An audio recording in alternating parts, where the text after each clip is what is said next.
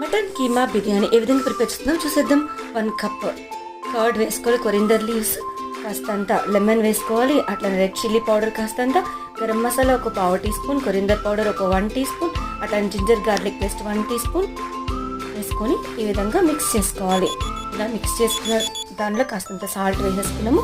ముందుగా కుక్ చేసి పెట్టుకున్న కీమాని వేసేసుకొని స్ప్రెడ్ చేసుకోవాలి. ఈ విధంగా కాస్తంత సాజీరా చిల్లీస్ వేసుకొని మనం ప్రక్కన పెట్టుకొని, అట్లానే హాట్ వాటర్ హీట్ అయిన తర్వాత బిర్యానీ ఇంగ్రీడియంట్స్ అన్నిటిని వేసేసుకొని చాలా హై ఫ్లేమ్ మీద పెట్టుకొని మరిగించిన తర్వాత మరిగిన వాటర్లో బాస్మతి రైస్ని మనం జస్ట్ పక్కన పెట్టుకోవాలి. ఒక 30 మినిట్స్ మంచిగా నానిన వాటిని దాంట్లో వేసుకున్న తర్వాత రైస్ని 75% కుక్ అయిన తర్వాత జస్ట్ మనం థమ్ చేసుకోవాలి.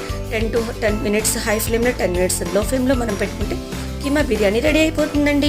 వీకెండ్స్లో, హాలిడేస్లో స్పెషల్గా మనం ఎప్పుడు చేసుకోవచ్చు. ఎప్పుడు రొటీన్గా చికెన్ మటన్ కాకుండా ఈ దమ్ బిర్యానీ చాలా బాగుంటుంది.